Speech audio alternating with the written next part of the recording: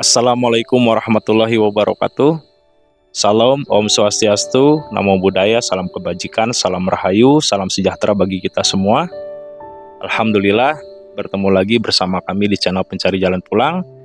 Dan pada kesempatan kali ini, saya ditemani oleh Pak Ustadz Endang, Bang Teja, dan Kang Sumpena.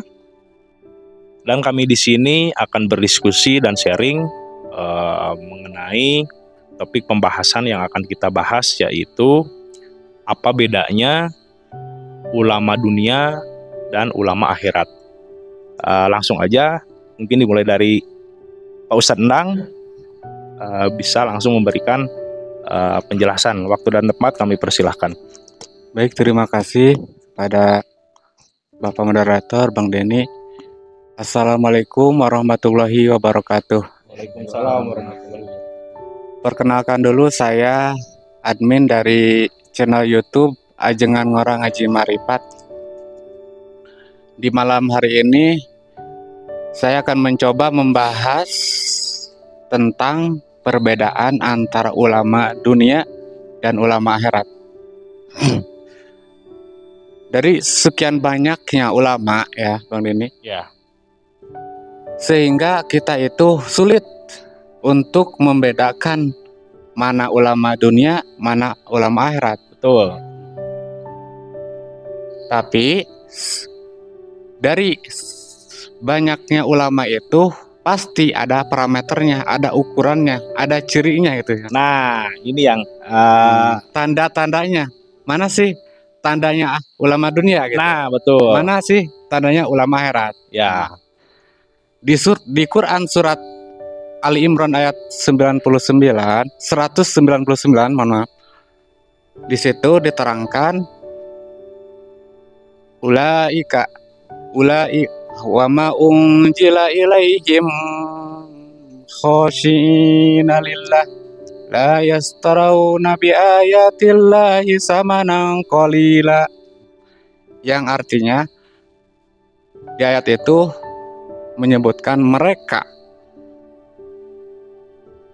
ulama akhirat itu yaitu khosyiina lillah, ulama yang khusyuk kepada Allah. Nah, saya jelaskan ya, khusyuk, kriteria khusyuk di ayat tersebut yang saya pahami sesudah memasuki tarekat yang waris mutlak. Kebetulan zaman sekarang ada di tarekat Naksabandia Khalidiyah Nusantara. Maksud khosyin lillah, ulama yang khusyuk kepada Allah itu yaitu ulama yang mengajarkan, yang fokus mengajarkan tentang caranya mengenal Allah gitu, Pak. Ya, Ini betul. karena di Quran surat Al-Baqarah kita diperintahkan masuk Islam itu jangan jasmaninya saja gitu, Ya, harus masuk ke Islam rohaninya. Kalau nggak salah ayatnya udhulu fisil mikapa itu, masuklah kamu ke dalam Islam yang menyeluruh kapa itu, yaitu jasmani dan rohaninya. Karena di dalam diri kita itu manusia ada dua dimensi, yaitu dimensi jasmani dan rohani. Dimensi jasmani kita menjalankan ibadah secara jasmani. Di dimensi rohani kita menjalankan ibadah secara rohani untuk bisa tersambung kepada yang maha rohani. ya, Jadi gini, Bang Denny, di ibadah jasmani itu yang saya alamin dulu cuman syariatnya saja gitu. Ulamanya mengajarkan fikih, tasawuf juga cuma teorinya saja gitu, ilmu tasawuf. Nah, kalau di ibadah rohani yaitu saya meningkat di tarekat, kan dalam beragama itu bertahap ya. ya, Ada tahapan syariat, ada tarekat, ada hakikat, ada marifat. Nah, terus apa kaitannya dengan topik pembahasan kali ini? Yaitu ulama akhirat, yaitu ulama yang mengajarkan tarekatnya beragama supaya bisa tersambung ke hadirat Allah. Karena yang saya pahami syariat yaitu ibadah yang secara jasmani saja gitu. Ya. Sedangkan tarekat yaitu kan tarekat itu kalau bahasa Arabnya torikoh ya, yang artinya jalan. Jalan di sini bukan perjalanan jasmani kita, tapi tarekat itu jalan perjalanan rohani kita menuju kepada yang maha rohani gitu. Nah, ulama akhirat itu mengajarkan itu dalam tarekat Naksabandiyah Khalidiyah Nusantara, mengajarkan sistem metodologi agama untuk bisa mengenalkan rohani kita, menyambungkan rohani kita kepada Sang Maha Rohani gitu. Ya. Dan di ayat tersebut Ali Imran ayat 199 itu la yastarauna bi ayatillahi samanan qalila. Ulama akhirat itu tidak memperjualbelikan ayat-ayat Allah dengan harga yang murah gitu. Ya. Dia mengajarkan kita itu betul-betul ikhlas dan diikhlaskan gitu. Ikhlas dan diikhlaskan ya. Dia ikhlas mengajarkan kepada kita dan diikhlaskan oleh yang maha kuasa gitu. Jadi nggak ada istilah bayaran-bayaran. Nggak ada ulama akhirat.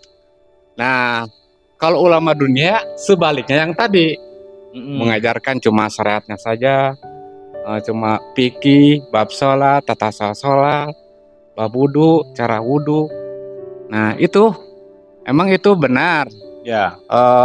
Kalau masih tahapan anak-anak gitu, Ya. yang belum akil balik, itu perlu tentang bab ibadah secara syariat, bab fikihnya. Nah kalau udah akil balik, kita itu kalau punya anak harus mengajarkan anak yang kita yang udah akil balik, mengajarkan secara rohaninya agama, secara rohaninya yaitu masuk ke dalam Islam secara kapa itu jasmani dan rohani dengan cara kalau di sistem metodologi tarekat ini yang pertama yaitu harus dibiat dulu gitu. Ya. Yang istilahnya ditanamkan nur iman dan nur kitab ke dalam kolbu. Ayatnya banyak tuh di ayat Al-Quran tentang penanaman nur iman dan nur kitab. Di antaranya surat As-Surah 52, surat Al-Mujadilah 22, dan surat Al-Hujurat ayat 14. Ya. Itu sebagai gambarannya itu ya. Coba aja dicek ntar nanti. Nah jadi ulama akhirat itu mengajarkan kita untuk mengenalkan kepada Allah dengan menggunakan sistem metodologi agama yang waris mutlak, dan itu agama yang agama kodim, tarekatnya tarekat waris Ya. yang tentunya gurunya juga waris ya, mutlak juga itu. Mungkin dari saya gitu saya dulu. Jadi ilmu syariat itu lebih kepada jasmaniahnya gitu. Sedangkan ilmu rohani itu kepada hakikatnya. Pada hakikatnya. Kan diri kita itu hakikatnya rohani gitu. Ya. Baik, terima kasih Pak Ustadz atas penjelasannya. Mungkin bisa ditambahkan oleh Bang Teja mengenai judul yang kita bahas kali ini. Silakan, waktu dan tempat kami persilakan. Baik, alhamdulillah Bang Reni atas waktu dan kesempatannya membahas terkait masalah judul diskusi yang akan kita bahas saat ini adalah bedanya ulama dunia dan ulama akhirat. Kalau dengar-dengar terkait istilah tersebut mulai dipopulerkan ya mungkin sama Imam Ghazali ya. Nah, ulama dunia dengan ulama akhirat. Menurut pandangan saya, yang membedakan ulama dunia dengan ulama akhirat adalah pembelajarannya. Pembelajaran yang disampaikan oleh ulama-ulama tersebut kepada para muridnya. ulama dunia melakukan pembelajaran kepada muridnya terkait bagaimana cara belajar beragama. Sedangkan ulama akhirat pembelajarannya adalah mengajarkan bagaimana cara murid-muridnya mengenal pencipta agama. Berarti 2 poin ya. Yang pertama mengenal agama, yang kedua mengenal pencipta agama. Di situ perbedaan yang fundamentalnya, fondasinya di situ. Sehingga visi misinya berbeda. Gitu. Karena ulama akhirat itu memegang teguh prinsip awaludin ma'rifatullah. Dia itu beragama apabila ketika dia setelah mengenal pencipta agama. Setelah dia mengenal Allah.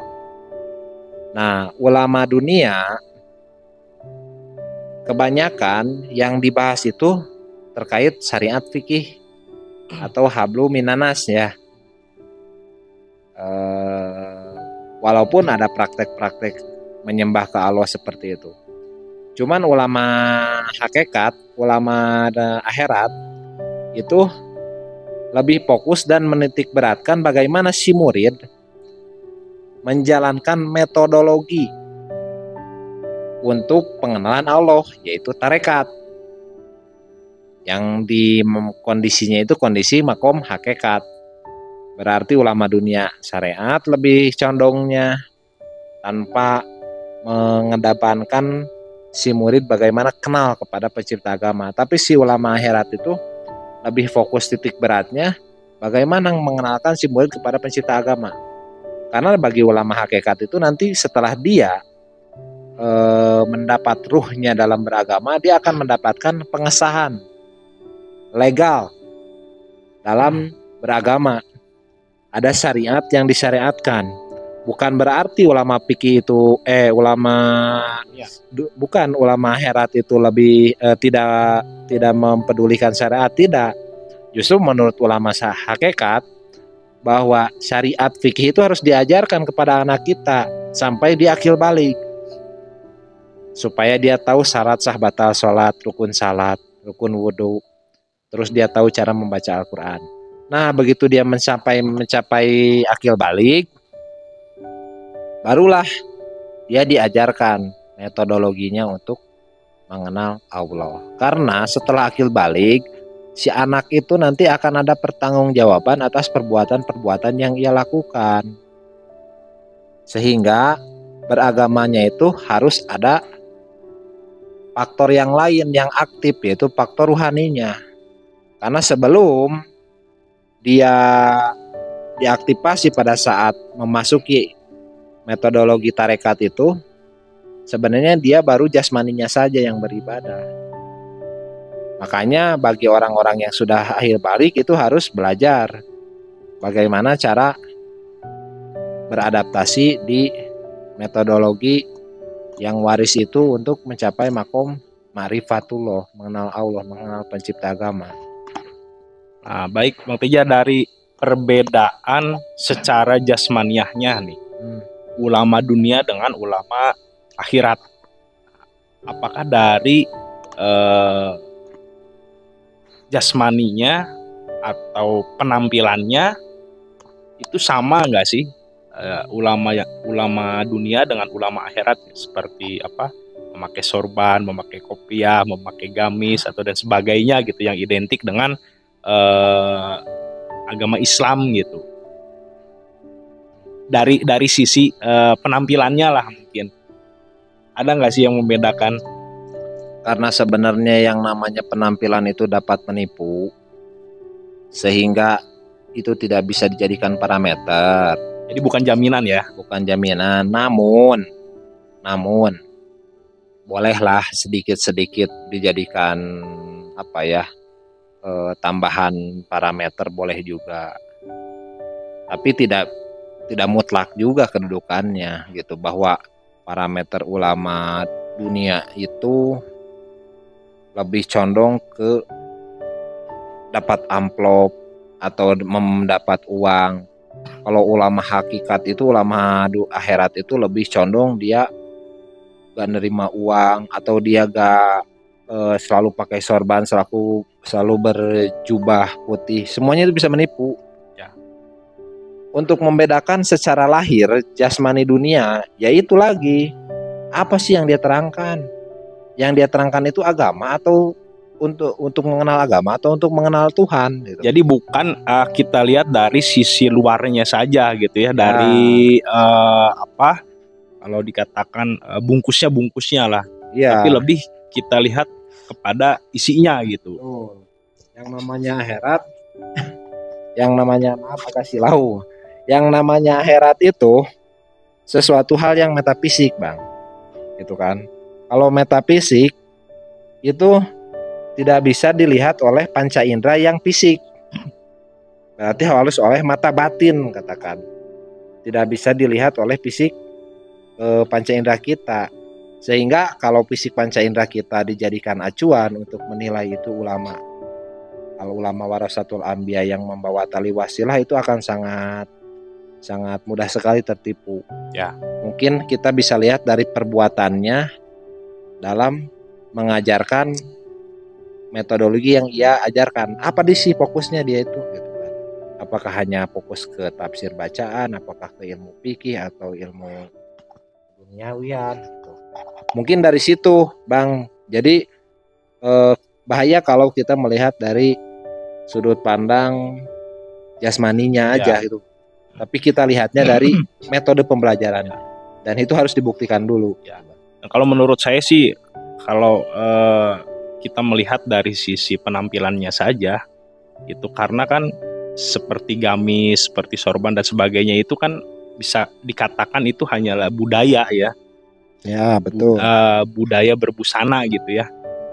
Dan itu bukan menjadi parameter atau patokan bahwa seseorang itu adalah dikatakan sebagai ulama gitu. Betul. Karena siapa aja boleh memakai pakaian itu. Betul. Boleh juga. Ya, mungkin intinya kita bisa melihat kepada hakikatnya atau kepada si orang tersebut memperkenalkan ilmu agama itu lebih kepada sisi ruhaninya mungkin ya, hakikatnya untuk menuju kepada Tuhan gitu. Ya betul. Jadi si ulama akhirat itu fokus kepada membagikan ilmu pembelajaran kepada si murid bagaimana beradaptasi ruhaninya untuk mengenal pencipta agama. Ya. Itu saja pokoknya. Patokannya itu aja. Itu sudah menurut saya sudah jadi garis merah. Parameternya ya. Parameter yang sudah tidak bisa dibantahkan. Kalau misalkan dia ngaku ulama tasawuf tapi ujung-ujungnya dibahas masih kajian fikih. Sebelum saya masuk kelas sekolah tasawuf itu sendiri, sekolah tarekat itu sendiri juga saya sudah belajar di ustadz di kampung saya. Saya udah belajar pembahasan fikih di sekolah-sekolah saya gitu. Ya. Tapi kok ini malah ngebahasnya masih terkait masalah halal haram sah batal gitu. Ya. Tapi gak mengajarkan sama sekali metode pembelajaran mengenal Tuhan itu gitu kan, prakteknya gitu. Ya. Memang di situ cukup sulit ya untuk mendapatkan itu, karena walaupun kita sudah mendapatkan ulamanya, walaupun mengajarkan metodologinya, tapi tidak ada setrumnya. Nah ini yang paling mahal tuh, sudah ketemu sekolah tasawuf, sekolah tarekat, metodologinya juga waris, tapi tidak ada setrumnya. Seolah-olah kita sudah mendapatkan colokan listrik, tapi pas dicolok kipas angin kita itu gak muter. Nah itu yang kasihan juga, tapi memang mungkin itu jalannya. Ya. Nanti dia akan mengetahui guru lain yang ada setrumnya yang muter.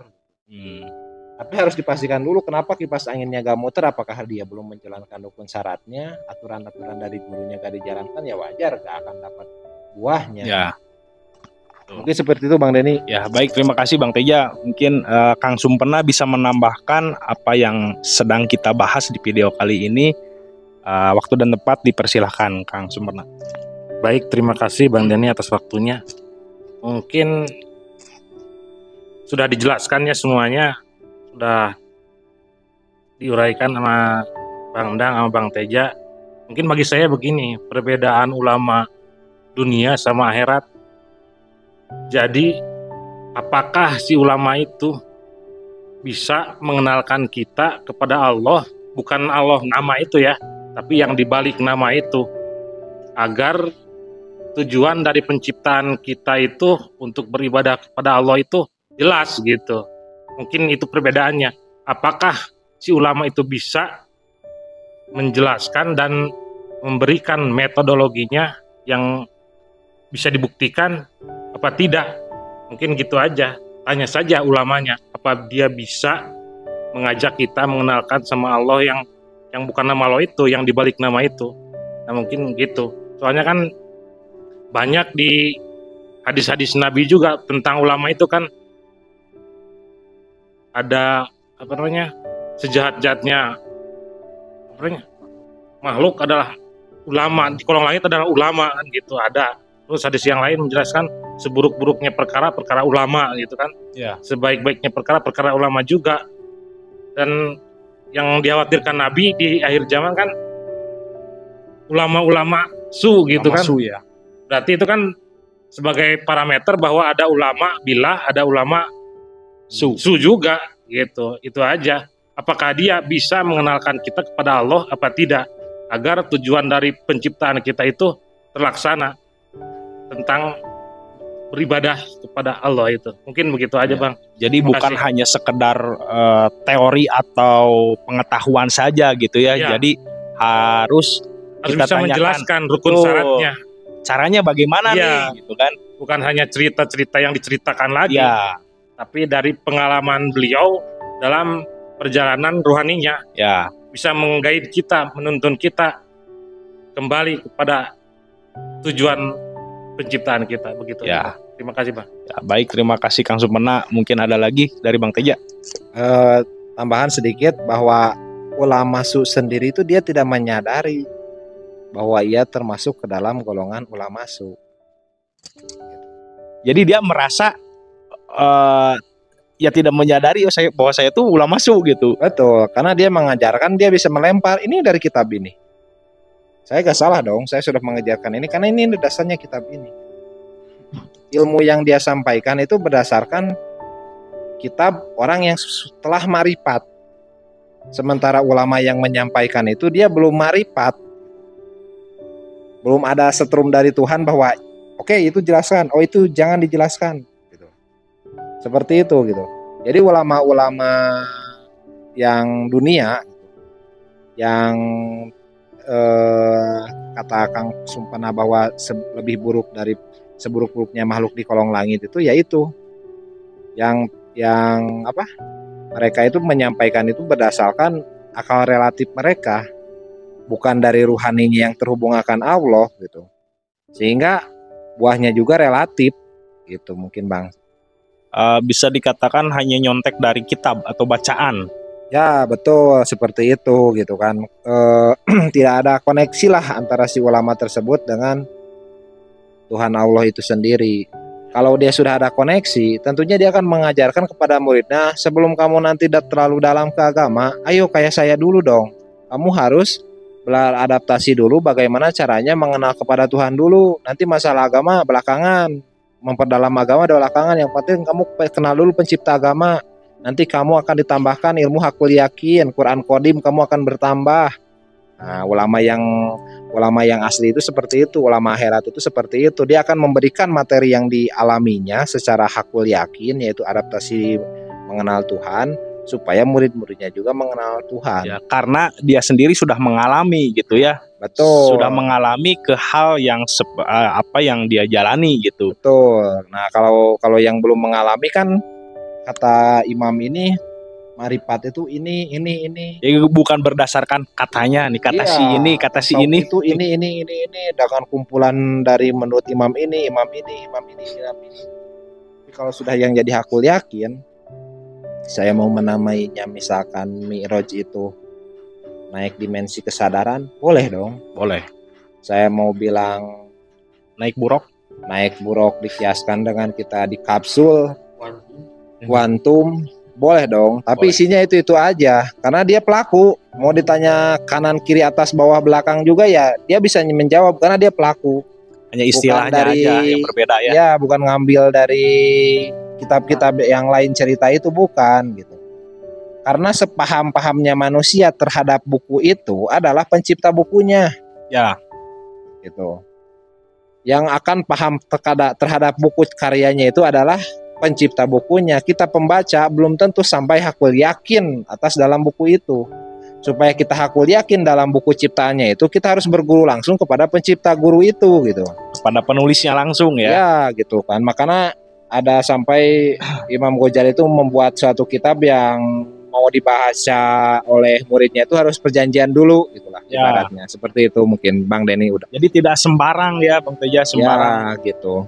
mempelajari hal yang belum tentu si orang tersebut tuh belum mengalami gitu. Betul. Makanya ada pertanggungjawaban yang sangat berat bagi si ulama akhirat itu, ulama akhirat itu kepada muridnya.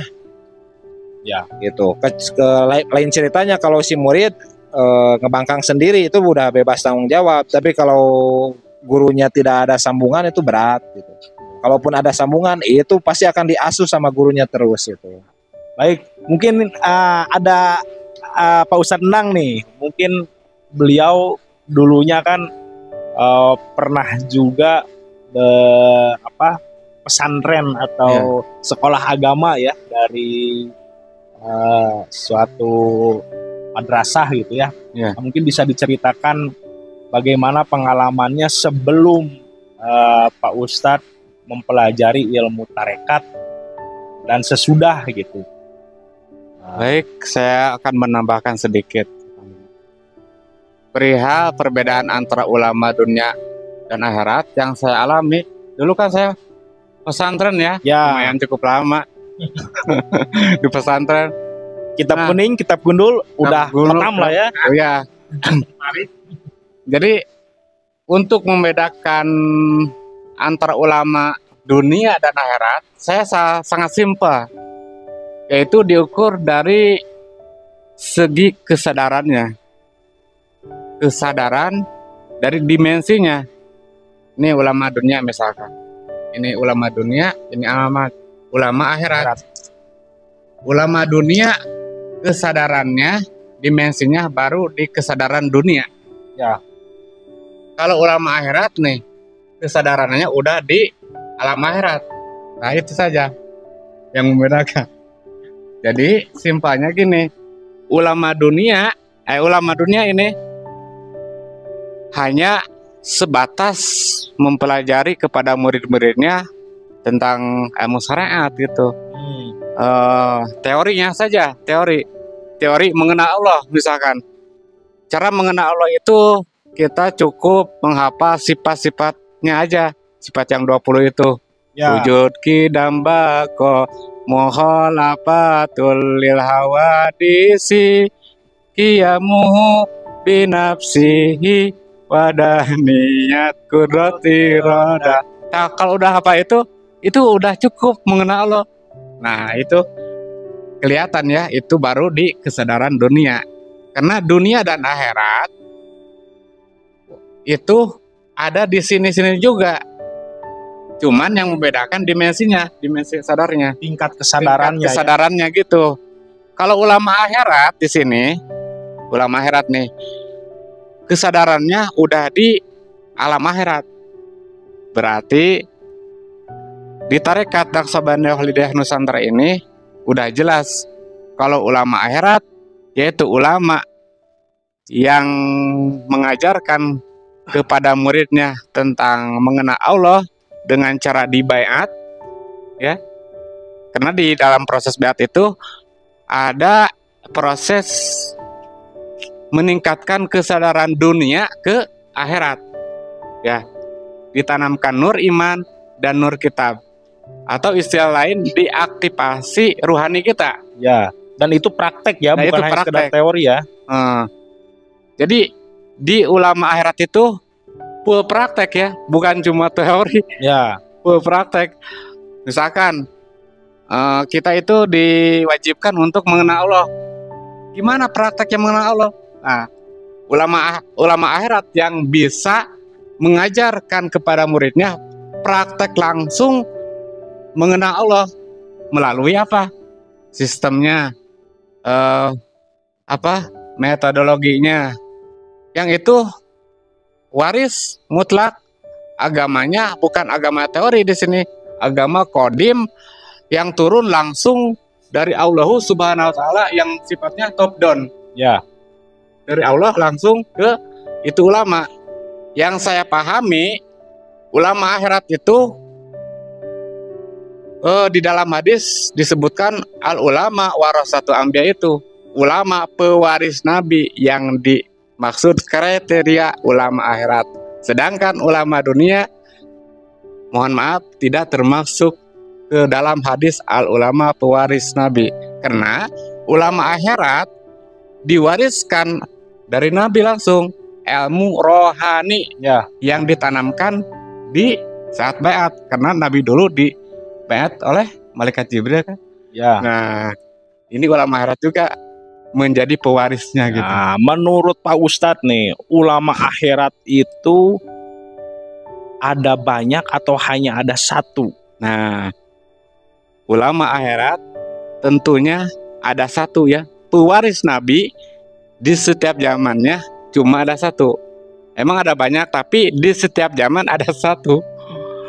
Karena kalau udah berlindung ini ulama akhirat, nanti diwariskan lagi ke murid murid selanjutnya misalkan. Jadi pewaris selanjutnya maksudnya. Pewaris selanjutnya itu di setiap zaman ada satu. Karena yang saya pahami ulama akhirat ini